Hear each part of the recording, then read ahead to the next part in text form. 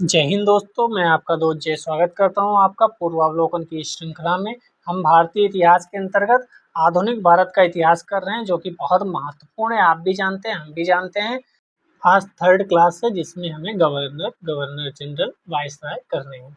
तो बिना समय गवाते हुए शुरू करते हैं आज का लेक्चर, जो कि बहुत ही महत्वपूर्ण है। यहाँ से क्वेश्चन कंपल्सरी है आना, कभी कभी एक से ज़्यादा भी क्वेश्चन आ जाते हैं। ठीक है, तो आपको क्या करना है, पहले आंसर देना है। अगर आप आंसर दे देते हैं सही तब तो बढ़िया, वरना आपका रिवीजन करना चाहिए। पहला क्वेश्चन आपके स्क्रीन पर, अगर आपको दिक्कत हो तो यहाँ पर सेटिंग में जाकर उसकी जो क्वालिटी है उसको बढ़ा सकते हैं। 720 पे कर लीजिए या 480 पे कर लीजिए, आपको बेटर चीज़ें मिलने लगेंगी। निम्नलिखित कथनों पर विचार कीजिए।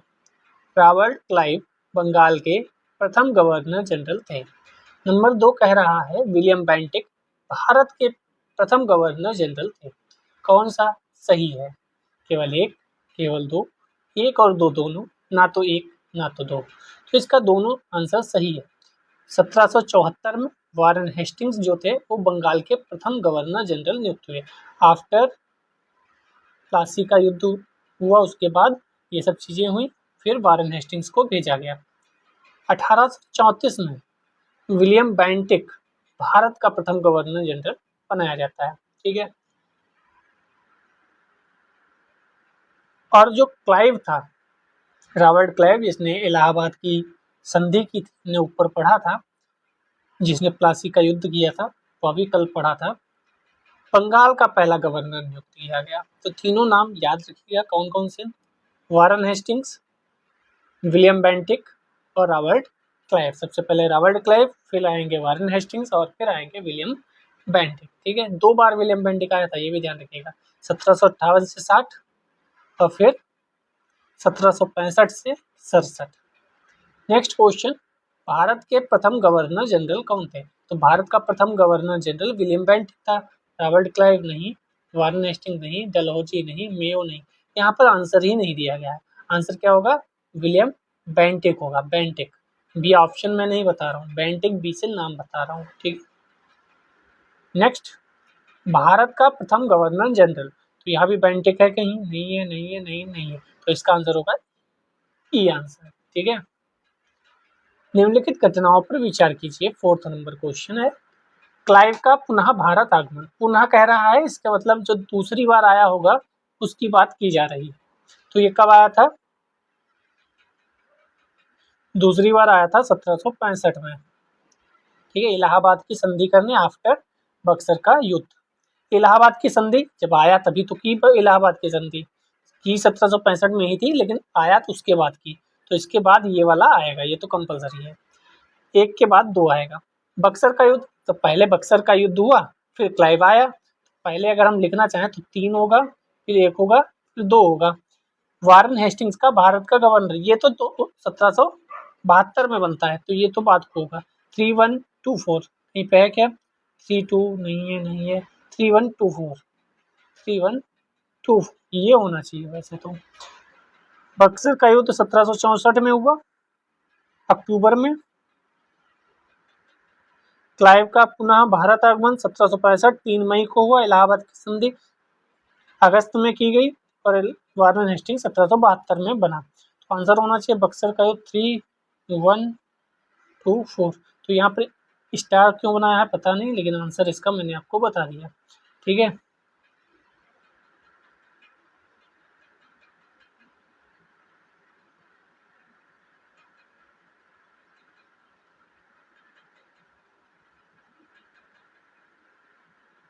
अच्छा सो यहाँ पर जो दिक्कत है वो ये है कि गवर्नर बना, गवर्नर जनरल बना था, लेकिन भारत का नहीं बना था। ये चीज़ें थोड़ी हैं वह दिक्कत वाली हैं। बंगाल का गवर्नर बना था, ना कि भारत का। ठीक है, बंगाल का गवर्नर बना था, इसीलिए इसमें डाउट था, इसीलिए इसको स्टार लगाया गया। ठीक है, हालांकि इसमें कोई दिक्कत उतना ज़्यादा इशू वाली चीज़ें नहीं है। नेक्स्ट क्वेश्चन पे चलते हैं। 5th नंबर क्वेश्चन, निम्न में से कौन सा कथन सही नहीं है? नहीं है पूछा गया है। क्या पूछा गया है? नहीं है। नंबर 1, जन प्रशासन की नींव वारेन हेस्टिंग्स द्वारा मजबूती से रखी गई, जिस पर ऊपरी संरचना कॉर्नवालिस ने की थी। इसकी बात कह रहे हैं, जन प्रशासन की बात कही गई है। ईस्ट इंडिया कंपनी की असैनिक और सैनिक सुधार करने का श्रेय क्लाइव को था। विलियम बेंटिक सबसे बड़े ब्रिटिश शासकों में से एक था क्योंकि उसने भारत में ब्रिटिश साम्राज्य को संग्रहित किया। तो यहाँ बेंटिक की बात कर रहा है। डलहौजी ने द्वितीय के सिद्धांत के आधार पर ब्रिटिश साम्राज्य में समृद्ध क्षेत्र जोड़े। कौन सा सही नहीं है पूछा गया है, तो इसका सी वाला आंसर जो है वह सही नहीं है। ठीक है, सी वाला क्यों सही नहीं है? बेंटिक नहीं था, बल्कि कौन था? इतना बड़ा लंबा चौड़ा लिखा है, आप इसको पॉज करके पढ़ लीजिएगा तो आपको सारी चीज़ें पता चल जाएंगी, बेंटिक के बारे में, डलहौजी के बारे में और क्लाइव के बारे में, सबके बारे में यहाँ पर दिया है। कॉर्नवालिस, हेस्टिंग्स, इसको आप एक बार गो थ्रू हो जाइएगा। मेन बात आपको बता दूँ, जो व्यक्तिगत का सिद्धांत था डलहौजी के द्वारा, क्रोनोलॉजी का भी वो कबार पूछ लिया जाता है। तो सबसे पहले सतारा, फिर जैतपुर और संभल साथ में, फिर 1850 में बघाट, 52 में उदयपुर, झांसी, नागपुर, आफ्टर डेट अवध। ये क्रोनोलॉजी याद रखिएगा, क्वेश्चन कई बार यहाँ से कई एग्जाम्स में पूछा गया है। 6 नंबर क्वेश्चन आपके स्क्रीन पर, भारत में ब्रिटिश साम्राज्य का संस्थापक कौन था? संस्थापक की बात की गई है तो संस्थापक वही था जिसने इलाहाबाद की संधि कराई थी, जिसने प्लासी का युद्ध लड़ा था, जिसने कर्नाटक का युद्ध लड़ा था, क्लाइव। ठीक है, क्लाइव के नेतृत्व में प्लासी की लड़ाई हुई, इसलिए उसको संस्थापक माना जाता है। 7 नंबर क्वेश्चन, अंग्रेजों के विरुद्ध बनारस विद्रोह का नेतृत्व किसने किया था? बनारस विद्रोह, देखो ARO 2021 में आया है प्री में, बनारस विद्रोह। तो बनारस विद्रोह किया था राजा चेत सिंह ने 1781 में। इस समय गवर्नर जनरल कौन था? तो वारन हेस्टिंग्स था। 8 नंबर क्वेश्चन पे चलते हैं, कलकत्ता में एशियाटिक सोसाइटी की स्थापना के समय बंगाल का गवर्नर जनरल कौन था? ऐसे कई क्वेश्चन पूछा है। इंडियन नेशनल कांग्रेस, कांग्रेस की स्थापना के समय गवर्नर कौन था? जब सेंसस हुआ, जब सेंसस का मतलब जनगणना हुई, तो सबसे पहली जनगणना किसने कराई थी? और ये क्वेश्चन बन सकता है जनगणना किसने कराई थी, क्योंकि आप देखें इस समय भी जनगणना वाली बातें हो रही, तो करंट में जो चीज़ है उसको इतिहास से कनेक्ट करके चीज़ें दे दी जाएंगी। तो यहाँ पूछा एशियाटिक सोसाइटी की स्थापना के समय कौन था? तो वारन हेस्टिंग्स ही था, उसकी कहानी चल रही है अभी। 1784 में होती है एशियाटिक सोसाइटी की स्थापना, वारन हेस्टिंग्स उस समय था। वारन हेस्टिंग्स का कार्यकाल 74 से 85 तक था। इसके बाद कार्नवालिस आता है। ठीक है, सुरक्षा प्रकोष्ठ की नीति संबंधित थी, सुरक्षा प्रकोष्ठ या घेरे की नीति, घेर लो चारों तरफ से, वो नीति किसकी थी? तो वारन हेस्टिंग्स की थी, वारन हेस्टिंग्स। सुरक्षा प्रकोष्ठ बोले या घेरे की नीति बोले, वारन हेस्टिंग्स की थी, और वेरी जली भी इससे संबंधित था कहीं ना कहीं। ठीक है, मैसूर मराठों के साथ युद्ध किया वारन हेस्टिंग्स ने, अन्य भारतीय रियासतों के साथ बराबरी की पदवी प्राप्त करने की भावना से किया, और चारों ओर मध्य राज्य बनाने का प्रयत्न, मतलब बफर जोन तैयार करो, ये सब चीजें इतना पूछा नहीं जाएगा, सीधे पूछा जाएगा सुरक्षा प्रकोष्ठ की नीति या घेरे की नीति किसकी थी? तो वारन हेस्टिंग्स की थी। रिंग फेंस नीति, वही सेम क्वेश्चन, वारन हेस्टिंग्स। वाह रे हेस्टिंग्स, रिंग में फंसा लिया, ऐसे आप याद कर सकते हैं, वाह रे हेस्टिंग्स, रिंग में फंसा लिया। निम्नलिखित में किसने बंगाल में द्वैध शासन प्रणाली शुरू की? ये भी वही वारन हेस्टिंग्स के समय ही द्वैध शासन प्रणाली शुरू हुई थी 1772 में। कोर्ट ऑफ डायरेक्टर्स ने दोहरी शासन प्रणाली को समाप्त करने का निर्णय लिया था, क्योंकि यहाँ क्या पूछा था, समाप्त किसने की थी? शुरू तो तब हुई थी जब 1765 में क्लाइव था, जब इलाहाबाद की संधि हुई थी, उसके बाद ये शुरू हुई थी, लेकिन समाप्त किसके समय में हुई? तो वारन हेस्टिंग्स। दोनों नाम याद रखिएगा, शुरू किसके समय में हुई? तो क्लाइव के समय में 1765 में, और ख़त्म किसके समय में हुई? तो वारन हेस्टिंग्स के समय 1772 में। तो दोनों डेट और दोनों समय सब कुछ याद रखिएगा।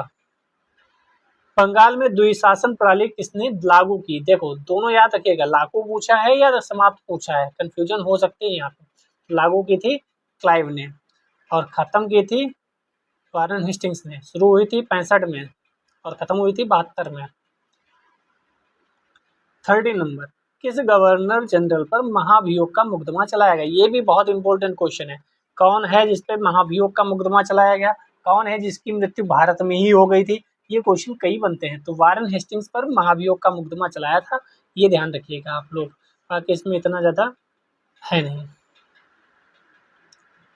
14 नंबर क्वेश्चन, निम्नलिखित में से किस पर ब्रिटिश संसद में महाभियोग, फिर वही सेम क्वेश्चन आपके सम्मुख है, Warren Hastings. Next question, Vellore का विद्रोह किस गवर्नर जनरल के समय में हुआ था, तो same question, sir George Barlow. Vellore Barlow से याद रखना, वेल्लोर में वाह है, बार्लो में भी वाह है। वेल्लोर का वेल उठाओ, बार्लो का बार्लो, बाला इसमें भी, बाला इसमें भी, बस ऐसे ही याद रखिएगा। एक बार और देख लीजिए, Vellore Barlow, sir George Barlow. ये क्वेश्चन भी इंपॉर्टेंट है वेल्लोर वाला। ठीक है, 16 नंबर क्वेश्चन, भारत में न्यायिक संगठन की स्थापना किसने की थी, तो न्यायिक संगठन कॉर्नवालिस ने की थी। कब आया था, 1785। यहाँ एक बात ध्यान रखिएगा, ये वेल्लोर की विद्रोह जो है वो 1857 की क्रांति का पूर्वगामी माना जाता है। ठीक है, पूर्वगामी माना जाता है। कब हुआ था वेल्लोर, 1806 में। वेल्लोर की मद्रास सेना के भारतीय सैनिकों ने एक विशेष प्रकार की पगड़ी पहनने, दाढ़ी मुड़वाने, तिलक ना लगाने के विरुद्ध विद्रोह कर दिया था। गवर्नर जनरल बार्लो था। ठीक है, इसी के काल में बैंक ऑफ कलकत्ता की भी स्थापना की गई। ये भी ध्यान रखिएगा, बार्लो दो चीजों के लिए महत्वपूर्ण है, एक वेल्लोर के लिए और दूसरा कलकत्ता में बैंक ऑफ कलकत्ता की स्थापना हुई। ठीक है, ये फैक्ट इंपॉर्टेंट मुझे लग रहा है, इसलिए मैं इस पे जोर दे रहा हूँ। हाँ, न्यायिक संगठन की स्थापना कॉर्नवालिस आ गए, अभी तक वारेन हेस्टिंग्स चल रहे थे। दीवानी और फौजदारी न्यायालय के श्रेणीबद्ध संगठन के जरिए न्याय प्रदान करने की एक नई व्यवस्था की नींव अंग्रेजों ने रखी। इस व्यवस्था को वारेन हेस्टिंग्स ने आरंभ किया, मगर कॉर्नवालिस ने इसे और सुदृढ़ बनाया, इसलिए कॉर्नवालिस का नाम ज्यादा लिया जाता है। जो दरोगा आप लोग सुनते होंगे गांव में, उसका भी श्रेय कहीं ना कहीं कॉर्नवालिस को ही जाता है। शासन के क्षेत्र में कॉर्नवालिस ने ज्यादा अच्छा काम किया था।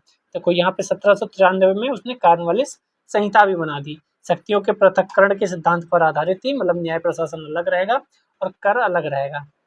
इसी चीज को कहकर आया भी था वो कि हमें न्यायालय के समक्ष ना झुकना पड़े, मतलब न्यायालय अलग रहे, मैं अलग रहूं। और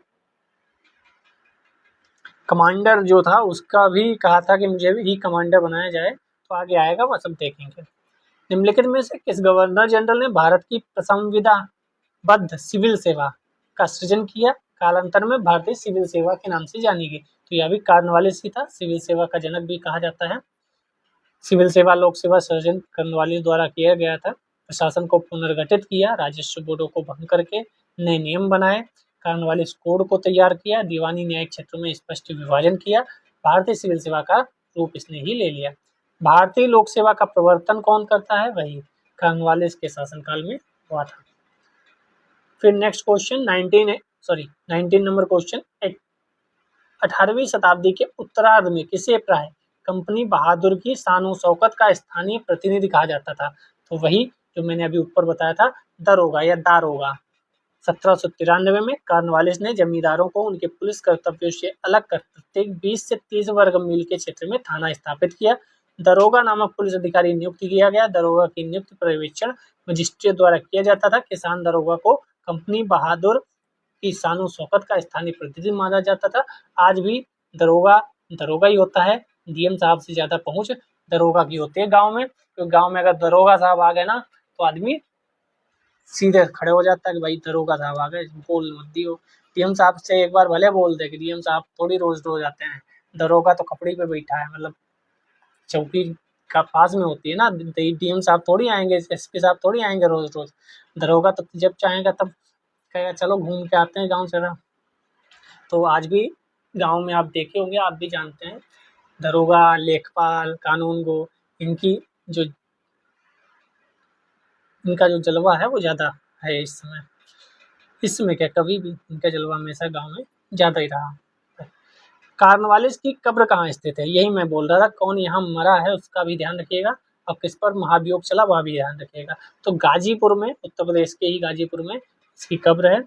1786 से 93 तक और फिर 1805 से 1805 तक, यानी 30 जुलाई से 5 अक्टूबर, कम समय के लिए आया था। बंगाल का गवर्नर जनरल रहा, यानी ये भी 2 बार आया था, ये भी ध्यान रखिएगा। भारत में इस्तमरारी अथवा स्थायी बंदोबस्त भी इसी ने लागू किया था, यह भी ध्यान रखिएगा। न्यायिक संहिता भारतीय लोक सेवा का प्रवर्तक, बहुत कुछ इसने किया था। अंततः 5 अक्टूबर 1805 को गाजीपुर में मृत्यु हो गई, वहीं इसकी कब्र।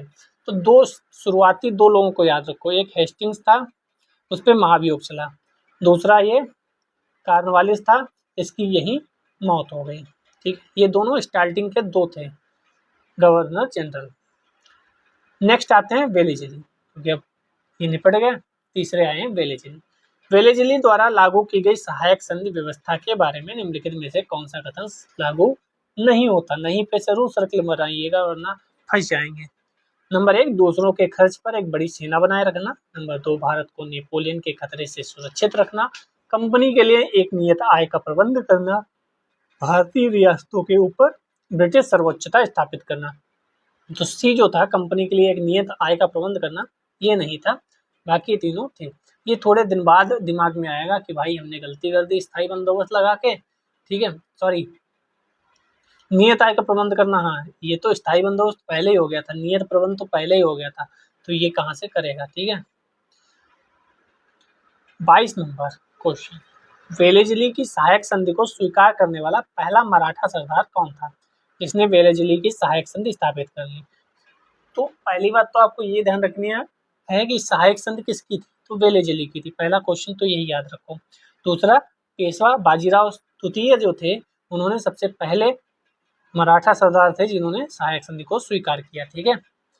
60 क्वेश्चन आज हमें करने हैं। दौलतराव सिंधिया और जसवंत होलकर दोनों पूना में अपने को सर्वश्रेष्ठ प्रदर्शित करना चाहते थे। बाजीराव द्वितीय सिंधिया का साथ दे रहे थे।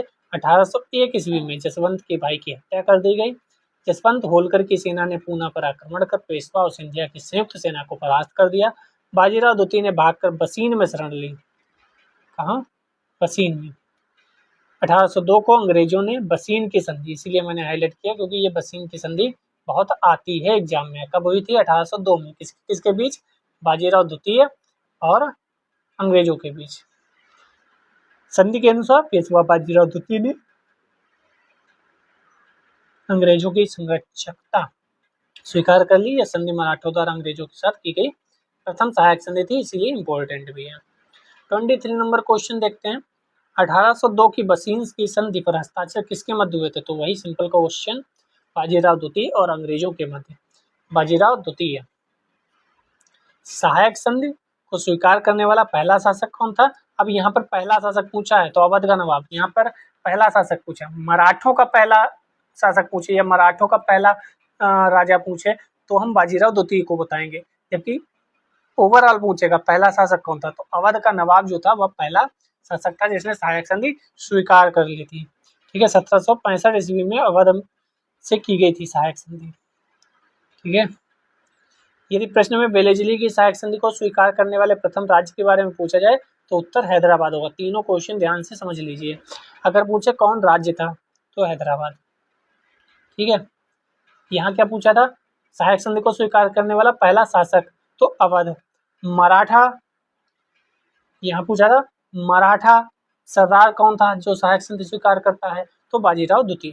3 क्वेश्चन हो गए, तीनों को क्लियरली आप समझ लीजिएगा। अगर पूछे कि स्टार्टिंग में कौन यूरोपीय था जिसने सहायक संधि को लागू किया, तो वह डुप्ले था। ये जो काम था वो डुप्ले का दिमाग का था, बाद को वेलेज़ली ने इसको एक्सेप्ट कर लिया, ठीक है। प्रथम यूरोपीय कौन था? डुप्ले। संभवतः मतलब इसलिए लगाएगा क्योंकि उतनी ज्यादा प्रमाण नहीं है जितनी ज्यादा वेलेज़ली के हैं, ठीक है। बाकी आपने पढ़ा ही होगा जहां से पढ़ रहे होंगे। सहायक संधि को किसके काल में क्रियान्वित किया गया? तो किसी से पूछने की बात नहीं, वेलेज़ली की बात है, वेलेज़ली। अब देखो, आप चाहें तो जो शॉर्ट नोट्स होते हैं ना, वेरी शॉर्ट नोट्स, वो बना सकते हैं। अभी हमने ऊपर वारेन हेस्टिंग्स के बारे में पढ़ा, उसके 2-3 पॉइंट थे वो आप नोट कर लो। फिर आप कॉर्नवालिस को लिखो, उसके 2-3 पॉइंट हमने नोट करवाया कि दरोगा है, न्याय का पृथक्करण है कि न्याय अलग रहेगा, कर अलग रहेगा। फिर आपने लोक सेवा वाला देखा, फिर आपने कॉर्नवालिस की मृत्यु यहीं हो गई गाजीपुर में 1805 में, कॉर्नवालिस 2 बार आया था, तो ये सब चीज़ें हैं। फिर आप वेलेज़ली बनाओगे, वेलेज़ली में 2-3 चीज़ें हैं, वहाँ नोट कर लो, तो ऐसे वेरी शॉर्ट नोट्स बन जाते हैं। 26 नंबर क्वेश्चन, निम्न में से सहायक संधि स्वीकार नहीं की थी, अब देखो नहीं बोला है, किसने नहीं की थी? हैदराबाद के निजाम ने, जोधपुर के राजपूत राज्य ने, इंदौर के होलकर ने, मैसूर के शासकों ने। तो वेलेजली ने भारतीय राज्यों को अंग्रेजी राजनीतिक परिधि में लाने के लिए सहायक संधि को शुरू किया। कौन कौन स्वीकार कर चुका था? तो हैदराबाद वहां भी है, मैसूर वहां भी है, और अब देखो जोधपुर और इंदौर। इंदौर के होलकर कहीं पे हैं, इंदौर के होलकर भी हैं, और जोधपुर भी आपको दिख जाएगा, इसीलिए यहाँ पर स्टार लगा है। ये सभी लोग हैं जिन्होंने स्वीकार कर ली थी। तो आपको क्या याद रखना है, किसने किसने स्वीकार किया और कब, क्योंकि क्रोनोलॉजी में भी पूछ सकता है। सबसे पहले हैदराबाद जाएंगे, फिर नीचे मैसूर पहुंच जाएंगे, फिर तंजौर जाएंगे, फिर ऊपर अवध आ जाएंगे, फिर पेशवा, फिर बरार, और फिर सिंधिया, और फिर होलकर, और फिर जोधपुर, जयपुर, पचेरी, बूंदी और भरतपुर। यानी कह सकते हैं कि राजस्थान में अंतिम में गए। तो अगर क्रोनोलॉजी में पूछा गया तो अब भी आप राजस्थान के जो जोधपुर, जयपुर, भरतपुर टाइप हैं वो सब बाद में लगा सकते हैं। शुरुआत कहाँ से की? हैदराबाद से, फिर मैसूर, तंजौर, अवध। 2-4 नाम आपको वैसे भी याद रहेंगे। अवध 1801 है तो वह भी याद रहना ही चाहिए। 27 नंबर क्वेश्चन, सहायक संधि व्यवस्था को स्वीकार करने वाले प्रथम भारतीय देशी शासक कौन थे? देखो यहाँ पे प्रथम भारतीय देशी शासक पूछा है, तो हैदराबाद के निजाम जो थे वो प्रथम भारतीय देशी शासक थे जिन्होंने स्वीकार किया। ठीक है। 28 नंबर क्वेश्चन, निम्नलिखित पर विचार कीजिए। कब किया था हैदराबाद ने? 1800 में, और अवध ने 1801 में। यहाँ देखो 1800, 1798 और 1800 दोनों में से एक कह सकते हैं। निम्नलिखित पर विचार कीजिए जिन्होंने वेलेजली के साथ सहायक संधि की थी, उनके द्वारा संधियों का सही काल, देखो पूछ लिया, सही कालानुक्रम बताओ। तो सबसे पहले हैदराबाद, वन यहाँ नहीं है कट कर दो, वन यहाँ नहीं है कट कर दो। ठीक है। उसके बाद कौन आएगा? मैसूर आएगा, फिर अवध आएगा। तो पहले ही वाला सही होना चाहिए अकॉर्डिंग टू मी। यस, पहला वाला आंसर सही है आपका। 29 नंबर क्वेश्चन, भारतीय राज्यों पर अंग्रेजी प्रभुत्व स्थापित करने के लिए किस प्रशासन ने सहायक संधि प्रणाली शुरू की? तो इसमें कुछ अब बचा नहीं है, वेलेजली ने शुरू की थी। 30 नंबर क्वेश्चन, आप रिपीटिशन को देखकर बता सकते हैं कि कौन सा क्वेश्चन कितना महत्वपूर्ण है। ठीक है, इसलिए बार बार आपके सामने आ रहा है। ईस्ट इंडिया कंपनी का राजपूत राज्यों से सहायक संधि का मुख्य उद्देश्य क्या था? मुख्य उद्देश्य क्या था? शत्रुओं के विरुद्ध सैनिक सहायता प्राप्त करना? नहीं। मराठा पिंडारी आक्रमण से इन राज्यों की सुरक्षा, खिराज के रूप में धन, या अंग्रेजों की प्रभुसत्ता स्थापित करना? तो मेन तो यही था, अंग्रेजों की प्रभुसत्ता स्थापित हो जाए कैसे भी करके। 31 नंबर क्वेश्चन, कौन सा सही सुमेलित नहीं है? मैं बार बार कह रहा हूँ, नहीं है पे सर्किल कर लो। हर साल बच्चे आते हैं कि 2-4 क्वेश्चन गलत हो गए, क्यों? सही पढ़ा नहीं था, उसमें नहीं पूछा, हमने सही लगा दिया। क्योंकि जैसे ही आप पहले पढ़ोगे बक्सर का युद्ध, आप कहोगे टिक, ए को सर्किल करो, चलो। बाद को पता चलेगा वो नहीं पूछ रहा था, तो आप कहोगे ये तो गलत था। मतलब गलत का मतलब सही था, इसीलिए गलत था। आंसर ए गलत है, जबकि जो लिखा है 1764 वह सही है।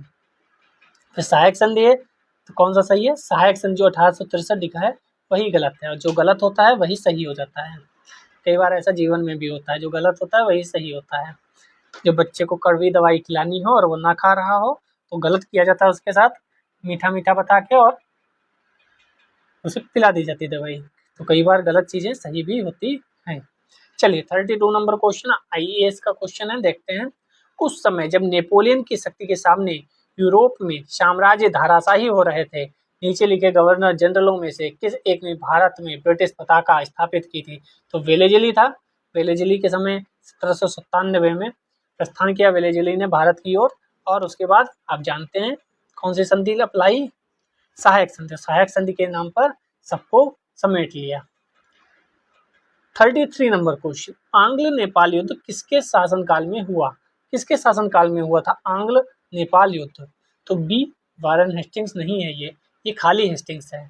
तो आंग्ल नेपाल युद्ध 1814-16 में हेस्टिंग्स के गवर्नर जनरल के काल में हुआ था। याद क्या रखना है? 1815 की सुगोली की संधि किसके साथ हुई? नेपाल के साथ। ठीक है, और ध्यान रखना ये जो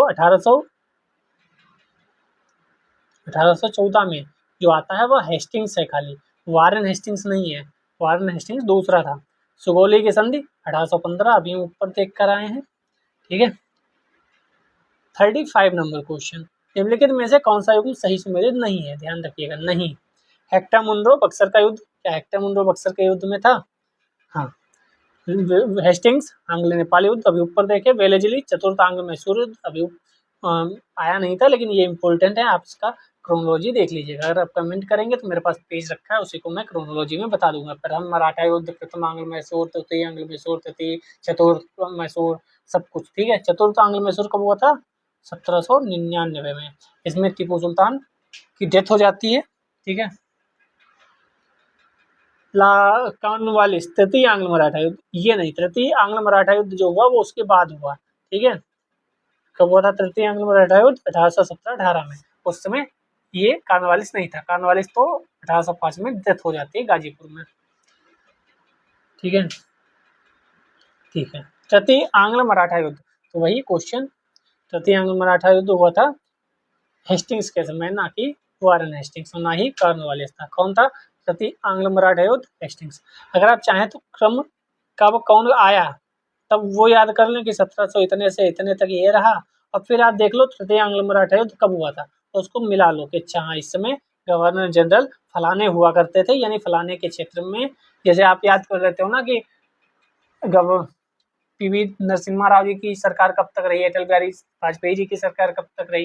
फिर आप पूछते हो, कोई पूछता है कि कारगिल युद्ध कब हुआ था, आपको पता है फलानी डेट को हुआ था, यानी उसमें अटल बिहारी वाजपेयी जी की सरकार थी। और ग्लोबलाइजेशन, प्राइवेटाइजेशन, ये सब कब हुआ था, उदारवादी चरण कब आए थे, तो वह जब आए थे तो पीवी नरसिम्हा राव जी की सरकार थी, ठीक है। तो ऐसी चीजें याद रहेंगी। सर थॉमस मुनरो किन वर्षों में मद्रास के गवर्नर रहे थे? वो शायद डायरेक्ट पूछ लिया गया, तो अगर आपको याद रहेगा क्रोनोलॉजी में कि पहले ये वारेन हेस्टिंग्स, फिर कॉर्नवालिस, फिर वेलेस्ली, फिर ये, फिर वो, और डेट भी याद रखो, क्योंकि आप जब इधर आएंगे ना 1900 के आसपास, इसके बाद 4 साल 5 साल का ही टेन्योर रहता था सबका, तो उधर याद करना आसान भी है, और कुछ हैं जो याद करने योग्य हैं, बाकी नहीं। तो थॉमस मुनरो, आप इनके बारे में देख लो एक बार में। सर थॉमस मुनरो 1820 से 27 तक मद्रास के गवर्नर रहे। कहाँ के? मद्रास के। दक्षिण भारत में भू राजस्व वसूली हेतु लागू की गई व्यवस्था रैयतवाड़ी व्यवस्था इन्हीं की थी। कॉर्नवालिस ने क्या लागू किया था? स्थायी बंदोबस्त। कहाँ लागू हुआ था? बंगाल वाले रीजन में शेष। इस व्यवस्था के जन्मदाता थॉमस मुनरो और कैप्टन रीड थे, दोनों का नाम याद रखिएगा, जिन्होंने सर्वप्रथम इसे तमिलनाडु के 12 महल जिले में लागू किया था। तत्पश्चात यह मद्रास, बम्बई के कुछ हिस्सों में, असम में भी, और कुर्ग जो कि कर्नाटक का भाग है, लागू की गई। ये पैरा बहुत महत्वपूर्ण है, यहाँ से क्वेश्चन बनने की प्रबल संभावना है। 38 नंबर क्वेश्चन, तथा कथित कुशासन के आधार पर किस गवर्नर जनरल ने मैसूर राज्य को प्रशासन में मिला लिया था? तो विलियम बेंटिंग ने मैसूर को मिला लिया था। कब? 1831 में मैसूर, 1834 में कुर्ग, कछार 1832 में, जैतिया 1835 में, इन सबको मिला लिया था कुशासन के और अव्यवस्था के आधार पर। 39 नंबर क्वेश्चन, निम्नलिखित बंगाल के गवर्नर जनरलों में से कौन सा एक तृतीय आंग्ल मैसूर युद्ध? ये कितनी बार क्वेश्चन पूछा जा चुका है, आप खुद देखो।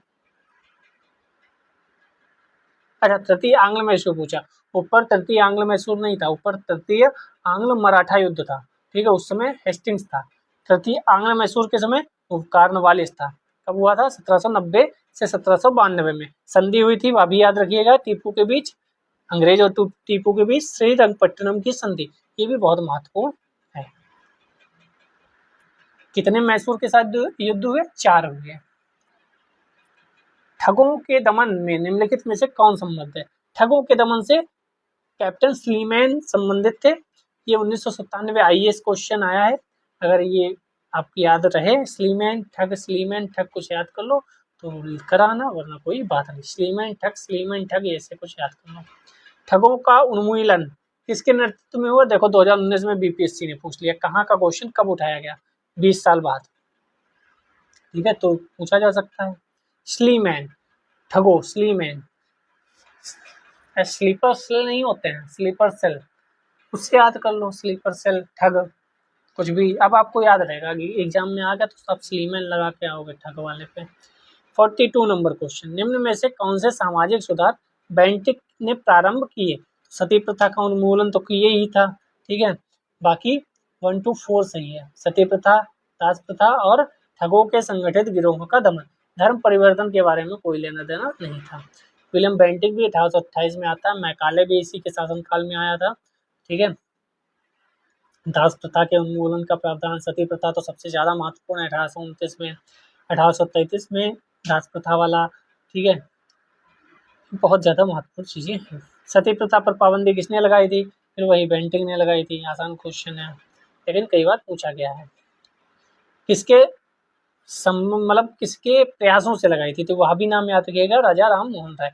राजा राम मोहन राय को राजा का टाइटल किसने दिया था? तो अकबर ने दिया था। वह वाला अकबर नहीं, जो आप जानते हैं, अकबर द्वितीय हुआ है, उसने दिया था, ठीक है। तो आप कुछ भी पढ़ते समय लिंक भी करते रहिए। राजा राम मोहन राय को राजा का टाइटल अकबर द्वितीय ने दिया था, ठीक है। सती प्रथा में इनका संबंध था, इन्होंने प्रयास किया तो लागू हुआ। 44 गैर कानूनी किसने घोषित किया? बेंटिंक ने। 45 नंबर क्वेश्चन, विलियम बेंटिक के द्वारा सती प्रथा किस वर्ष समाप्त की है? 1829 में। नेक्स्ट, हिल असेंबली प्लान किसके द्वारा आदिवासी उन्नति के लिए लाया गया था? तो क्लीवलैंड। अब लैंड आप समझ सकते हो, आदिवासी जंगल से याद रखो, वहाँ लैंड पे जंगल हैं, ठीक है, उसके चक्कर में चीज़ें होती रहती हैं, तो कुछ भी याद रखिए। क्लीवलैंड आदिवासी जी से, सॉरी, आदिवासियों से संबंधित है, ठीक है, ठीक है। 47 नंबर क्वेश्चन, इनमें से किस वर्ष बंगाल से दासों के निर्यात को रोक दिया गया? बंगाल से दासों के निर्यात को 1789 में रोका गया। बी वाला सही होगा। झारखंड में क्वेश्चन पूछे जाते हैं ऐसे, उत्तर प्रदेश में कम पूछे जाते हैं। 48 नंबर क्वेश्चन, डलहौजी द्वारा अवध का अंग्रेजी राज्य में विलय कुप्रशासन प्रशासन के आधार पर कि तुम चला नहीं पा रहे हो, हम अच्छे से चला लेंगे। देखो 90, 91, 94 तपाक से आ जाएगा 2025 या 2026। तो डलहौजी ने, वही मैंने बताया था, सतारा को, जैतपुर को, संबल को, बघाट को, उदयपुर को, झांसी को, नागपुर को, अवध को। तो ध्यान रखिएगा ये चीजें। बघाट रियासत, देखो डेट भी पूछ ली, मतलब ईयर भी पूछ लिया, 1850। क्रोनोलॉजी में लिख लो, टेबल के आगे चस्पा कर लो, रोज चाय के साथ देख लो, हो जाएगा बेड़ा पार। निम्न में से किस देसी रियासत को अंग्रेजों ने अपने क्षेत्र में नहीं मिलाया था? ऐसा कौन था जिसको नहीं मिलाया? तो ग्वालियर को नहीं मिलाया भाई। ग्वालियर में कौन था उसमें? तो प्रश्नगत विकल्पों में से ग्वालियर रियासत को अंग्रेजों द्वारा अपने क्षेत्र में नहीं मिलाया गया। सिंध का विलय बरो के शासनकाल में हुआ। डलहौजी के काल में कुशासन के अवध को निपटा दिया गया। व्यक्तिगत सिद्धांत सतारा को निपटा दिया गया, ठीक है। ब्रिटिश साम्राज्य में अवध का विलय कब हुआ? ये तो कोई भूलने की बात है क्या? 1856 में हुआ। 1857 में तुरंत क्या हो गया? फिर कर लो कुशासन का आरोप लगा लो। विलय का सिद्धांत के तहत किन राज्यों का विलय हुआ? तो सबका ही हो गया। अच्छा, कालानुक्रम जो मैंने बोला, कालानुक्रम याद रखिएगा। तो सबसे पहले किसका किया था? सतारा का। जी हाँ, सतारा का किया, तो इन दोनों को कट कर दो। फिर सतारा के बाद बघात आता है, झांसी उदयपुर तो बाद में है, तो ये वाला आंसर सही हो जाएगा, ठीक है। कौन सा सुमेलित है? यहाँ देखो सुमेलित पूछा गया है, नहीं पूछा गया। तो कई बार क्वेश्चन ऐसे लगा के आपको लगेगा नहीं पूछा गया। कौन सा सुमेलित है? 49 में सतारा नहीं, 48 में था। 56 जो है अवध का विलय, यही सही सुमेलित है, बाकी सब गलत है। निम्नलिखित में से किसने विलय की नीति नियोजित एवं कार्यान्वित की? तो किसने विलय की नीति? तो डलहौजी ने। 55 ब्रिटिश द्वारा कुशासन का बहाना देकर, तो ये कोई पूछने की बात है? अवध क्वेश्चन ये है। तो आपका आधा घंटे से ज़्यादा समय नहीं लेते हैं और ठीक ठाक क्वेश्चन हो जाते हैं। आधे घंटे में 60 क्वेश्चन हो गए, और क्या चाहिए। भारत में ब्रिटिश शासन के दौरान निम्नलिखित राजसी राज्यों के विलय के क्रम को विचार कीजिए। तो सतारा पहले आएगा, ठीक है, 3 और कहीं है यहाँ पे। अच्छा, तो सतारा के बाद झांसी आएगा, फिर संबलपुर आएगा। वो आप एक बार क्रोनोलॉजी याद कर लें, ऊपर पीछे जाकर स्क्रीनशॉट ले लें या तो लिख लें। डलहौजी की विलय नीति का प्रथम शिकार कौन हुआ? तो सतारा हुआ था। सतारा सबसे पहले किसको सताया? सतारा। व्यक्तिगत सिद्धांत के अंतर्गत विलय किया गया प्रथम राज्य कौन था? ये भी कोई पूछने की बात है, सतारा। नेक्स्ट बढ़िया क्वेश्चन है, जेम्स एंड्रूज रैमजे भारत के किस गवर्नर जनरल का वास्तविक नाम था? ये इंटरेस्टिंग क्वेश्चन है। डलहौजी का ही नाम था James Andrews Ramsay, earl of Dalhousie भी कहा जाता था, ठीक है। 1848 में आता है और सबको मार विलय करते करते करते करते कुशासन के आधार पर, इस आधार पर, उस आधार पर अंग्रेजों द्वारा सिंध विजय संपन्न हुई। कब संपन्न हुई, किसके समय में? तो एलन बरो के समय में संपन्न हुई। और हमारी क्लास भी संपन्न हुई। लाइक कमेंट कर ही दिया होगा, बीच में तो हम बोलते नहीं है, ठीक है। मिलते हैं नेक्स्ट वीडियो में, तब तक कमेंट वगैरह कर दिया करिए। जय हिंद, जय भारत।